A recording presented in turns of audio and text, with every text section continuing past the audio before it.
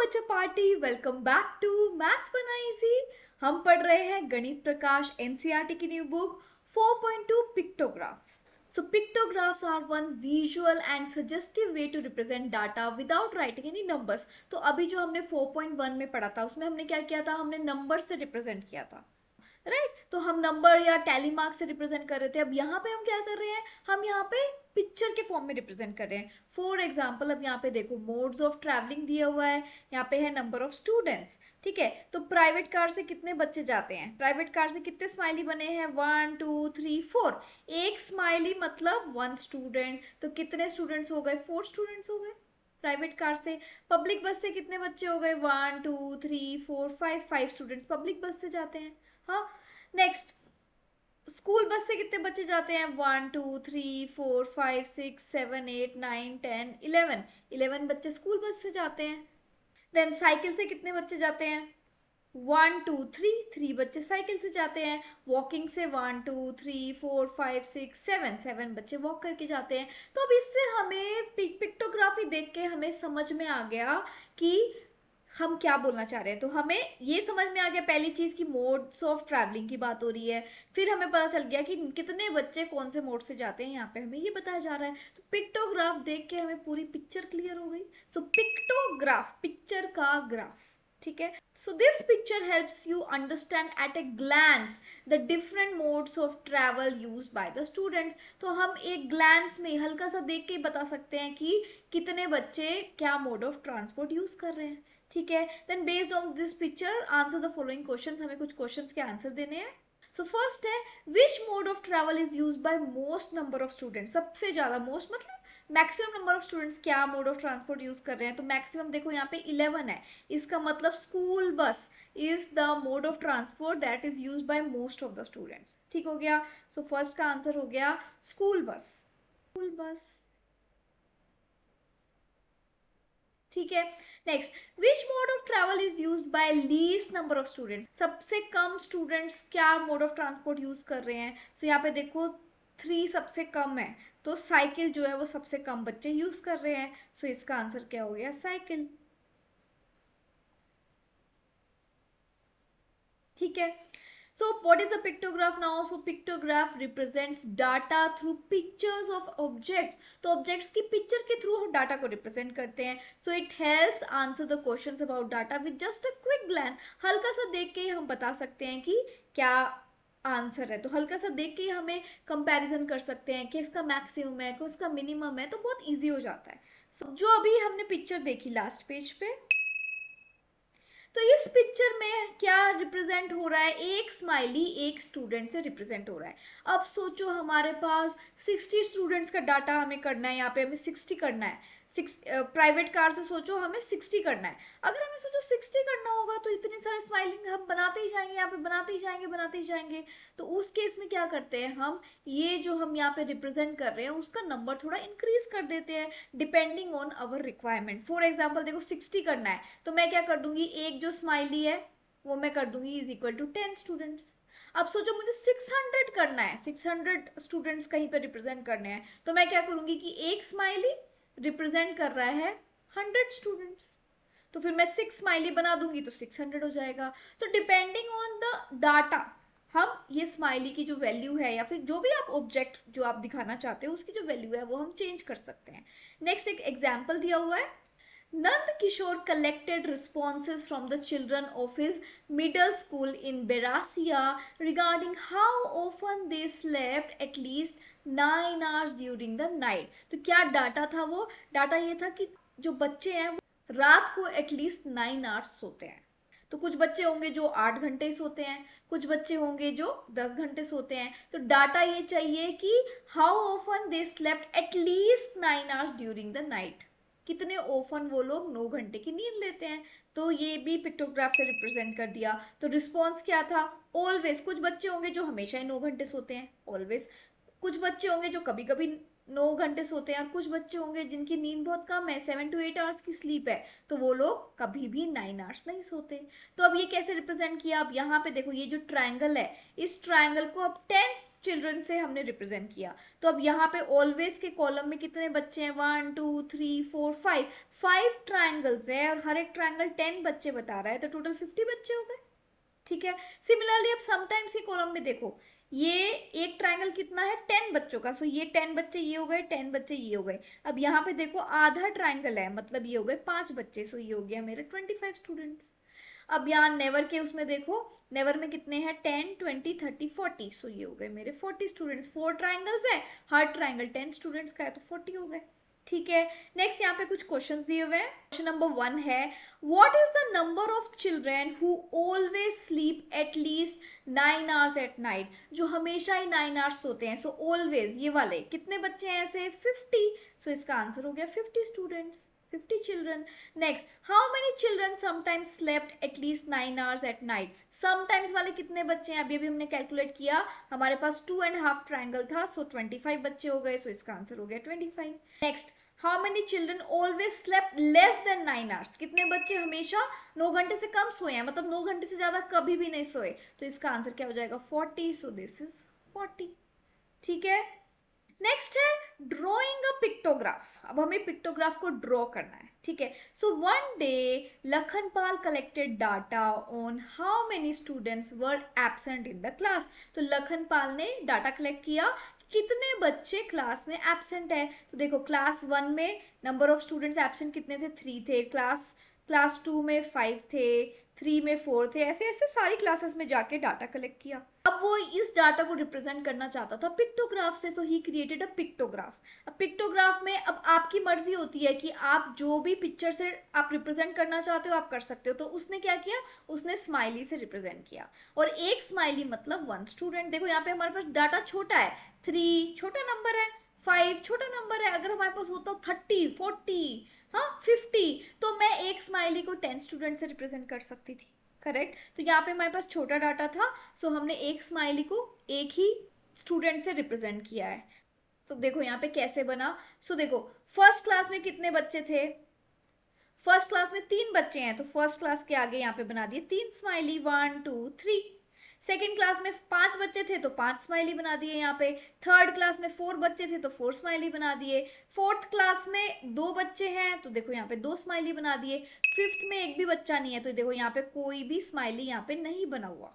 Correct. Then sixth में एक बच्चा है, तो 1 स्माइली। 5 बच्चे हैं तो 5 स्माइली। 8th क्लास में 7 बच्चे हैं तो 7 स्माइली। तो यहाँ पे हर एक स्माइली एक एक बच्चे को रिप्रेजेंट करता है। ठीक हो गई बात। नेक्स्ट है, meanwhile his friends Zarina and Sangeeta collected data on how many students were present in each class. अब जो इनके जो दोस्त थे, जरीना एंड संगीता इनके दोस्त थे, उन्होंने क्या डाटा कलेक्ट किया कि कितने बच्चे प्रेजेंट है। तो अब ग्रेड 1 में 30 प्रेजेंट है, 2 में 35। अब ये जो वैल्यूज हैं ये बड़ी हैं। ठीक है। अब अगर मैं स्माइली लूंगी यहाँ पे इसको रिप्रेजेंट करने के लिए, अगर मैं यहाँ पे स्माइली लेती हूँ, तो अगर एक स्माइली 1 स्टूडेंट को मैं रिप्रेजेंट करूंगी, तो फिर मेरे को तो 30 स्माइली बनाने पड़ जाएंगे। अगर मैं ग्रेड 1 को यहाँ पे कर रही हूँ तो मुझे यहाँ से 30 स्माइली बनाने पड़ जाएंगे। करेक्ट, बिकॉज ग्रेड 1 में 30 है। सो इससे बेटर क्या होता है, ऐसे केसेस में हमें थोड़े ज्यादा नंबर ऑफ स्टूडेंट्स ले लेने चाहिए। फॉर एग्जाम्पल ये स्माइली रिप्रेजेंट कर रहा है या तो 5 बच्चों को रिप्रेजेंट करा दो 5 स्टूडेंट्स, या फिर एक स्माइली रिप्रेजेंट करा दो 10 स्टूडेंट्स को।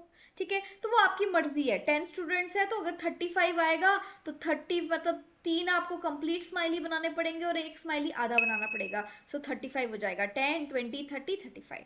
और अगर आप 5 स्टूडेंट्स लेते हो तब 35 कैसे रिप्रेजेंट करेंगे? सो हर एक स्माइली 5 स्टूडेंट्स को रिप्रेजेंट करेगा। तो उस केस में 1 2 3 4 5 6 7। सो ये 5 हो गए, हर एक स्माइली 5 को रिप्रेजेंट कर रहा है। 5 10 15 20 25 30 35।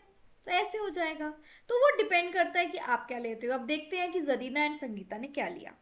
If they want to show their data through a pictograph, where they also use one symbol, that is the smiley, for each student as Lakhanpal did. What are the challenges they might have faced? Just now मैंने आपको बताया, क्योंकि हमारे पास अब data ज़्यादा था, तो क्या चैलेंज हो जाएगा अगर वो इसको as a one student, Lakhanpal ने एक स्टूडेंट कंसिडर किया था ना, अगर इसको एक कंसिडर करेंगे तो 30 स्टूडेंट के लिए हमें 30 लाइन से स्माइली बनाने पड़ेंगे, जो कि फिर अगेन एक टीडियस टास्क हो गया, तो वो तो हमें नहीं चाहिए। तो अब इन्होंने क्या प्लान किया, तो Zarina had a plan to address this. Since there were many students, so she decided to use smiley to represent 5 students. तो उसने एक स्माइली से 5 बच्चे को रिप्रेजेंट किया। तो अब देखो ग्रेड 1 में देखो कितने बच्चे यहाँ पे रिप्रेजेंट हो रहे हैं। सो 5 5, ये भी 5 5 5 5, टोटल कितने हो गए 5 10 15 20 25 30।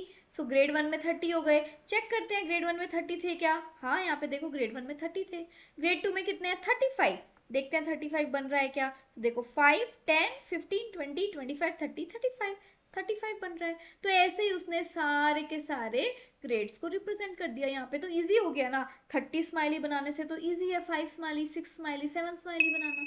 ठीक है, और सोचो डाटा और बड़ा होता तो मैं एक एक स्माइली को 10 स्टूडेंट से रिप्रेजेंट कर देती, और बड़ा होता तो मैं 100 स्टूडेंट से रिप्रेजेंट कर देती। तो ये सब पूरा डिपेंड करता है कि आपका जो डाटा है वो कितना बड़ा है।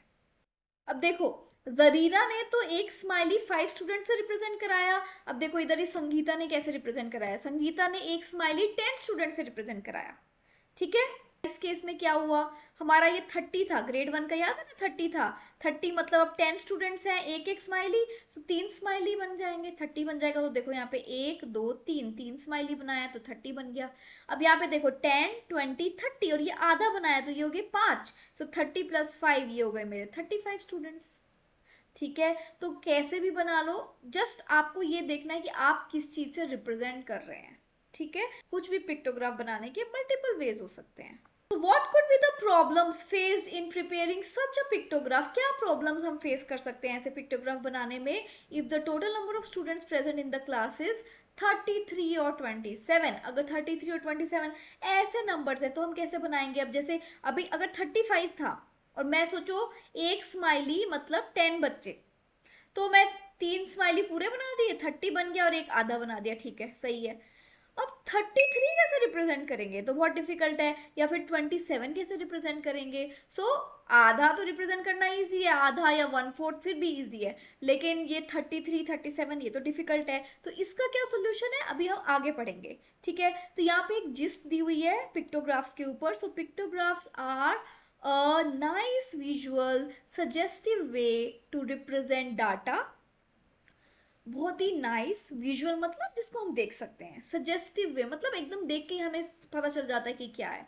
They represent data through pictures of objects. तो ये कैसे रिप्रेजेंट करते हैं? ऑब्जेक्ट्स की पिक्चर से रिप्रेजेंट करते हैं। Pictographs can help answer questions and make inferences about the data with just a quick glance. एक बार हम हल्का सा देख के ही हमें समझ में आ जाता है कि किसकी क्या वैल्यू है, तो बहुत ईजी हो जाती है चीज़ों को सॉल्व करना। राइट, नेक्स्ट बोल रहे हैं by reading a pictograph, we can quickly understand the frequencies of different categories and comparisons of these frequencies। तो पिक्टोग्राफ को देख के ही याद है ना फ्रीक्वेंसी क्या होता है? जो ये सारी वैल्यूज होती हैं इन्हीं को फ्रीक्वेंसी बोलते हैं। दिखाती हूँ, जो ये सारी वैल्यूज है ना यही फ्रीक्वेंसी होती है, 30 35 20 25 यही फ्रीक्वेंसीज होती हैं। तो पिक्टोग्राफ में बहुत इजीली देख के बता सकते हैं कि क्या फ्रीक्वेंसीज है, इजीली हम कंपेयर कर सकते हैं। अगर लंबी लाइन बन रही है, जो हम पिक्चर्स रिप्रेजेंट कर रहे हैं, तो पिक्चर्स की लंबी लाइन बन रही है मतलब सबसे ज़्यादा डाटा उसमें है, ज़्यादा नंबर है उसमें। छोटी लाइन बन रही है मतलब वहाँ सबसे कम नंबर है, तो ईजी हो जाता है। Next, in a pictograph the categories can be arrange horizontally और वर्टिकली। अब कैटेगरीज आप हॉरिजॉन्टली भी अरेंज कर सकते हो, वर्टिकली भी अरेंज कर सकते हो। For each category simple pictures and symbols are then drawn in the designated columns और rows according to the frequency of that category. तो वही चीज सेम चीज ही बता रहे हैं कि पिक्चर्स ड्रॉ करके हम बता सकते डेजिग्नेटेड कॉलम्स में रोज में कि भाई क्या फ्रीक्वेंसी है। ठीक है, अ स्केल और की, for example one smiley represents 1 student या फिर 1 स्माइली रिप्रेजेंट्स 5 स्टूडेंट्स, इसको क्या बोलते हैं? स्केल या फिर की। तो ये भी हम ऐड करते हैं to show what each symbol और पिक्चर रिप्रेजेंट। तो ये भी हमें बताना जरूरी है, ये तो बहुत जरूरी फैक्टर है, वरना हमें पता ही नहीं चलेगा कि एक जो पिक्चर है वो कितने उसको रिप्रेजेंट कर रही है, नंबर क्या है उसका। ठीक है, तो ये बहुत जरूरी है, इसको बोलते हैं स्केल या की। It can be more challenging to prepare a pictograph when the amount of data is large and when the frequencies are not exact multiples of the scale or key.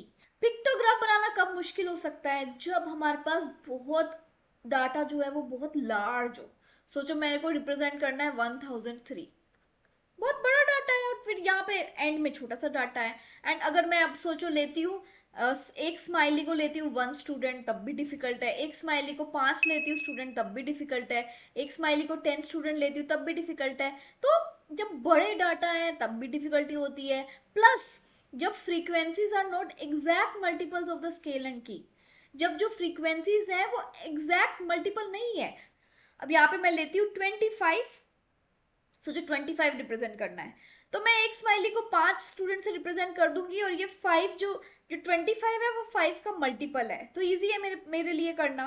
5 smiley बना देंगे, 5 smiley मतलब 25। लेकिन अब अगर मुझे 24 को represent करना है, 24 को रिप्रेजेंट करना है, मैं कैसे करूंगी? अब ये तो 5 का मल्टीपल नहीं है, करेक्ट। अगर मैं एक स्माइली को 1 स्टूडेंट लूँ तो मेरे को 24 स्माइली बनाने पड़ जाएंगे। तो ऐसे केसेस में थोड़ा सा डिफिकल्टी आती है और थोड़ा सा चैलेंजिंग होता है पिक्टोग्राफ को यूज करना। ठीक है, तो आगे इस डिफिकल्टी को हमने कैसे ओवरकम किया वो हम अगले लेक्चर्स में पढ़ेंगे। आई होप आपको अब तक समझ में आ गया कि पिक्टोग्राफ को कैसे बनाते हैं, पिक्टोग्राफ को कैसे सॉल्व करते हैं या फिर कैसे देखते हैं, ये आपको समझ में आ गया। नेक्स्ट वीडियो में स्टार्ट करेंगे फिगर इट आउट। तब तक के लिए bye bye, take care, keep smiling and stay motivated.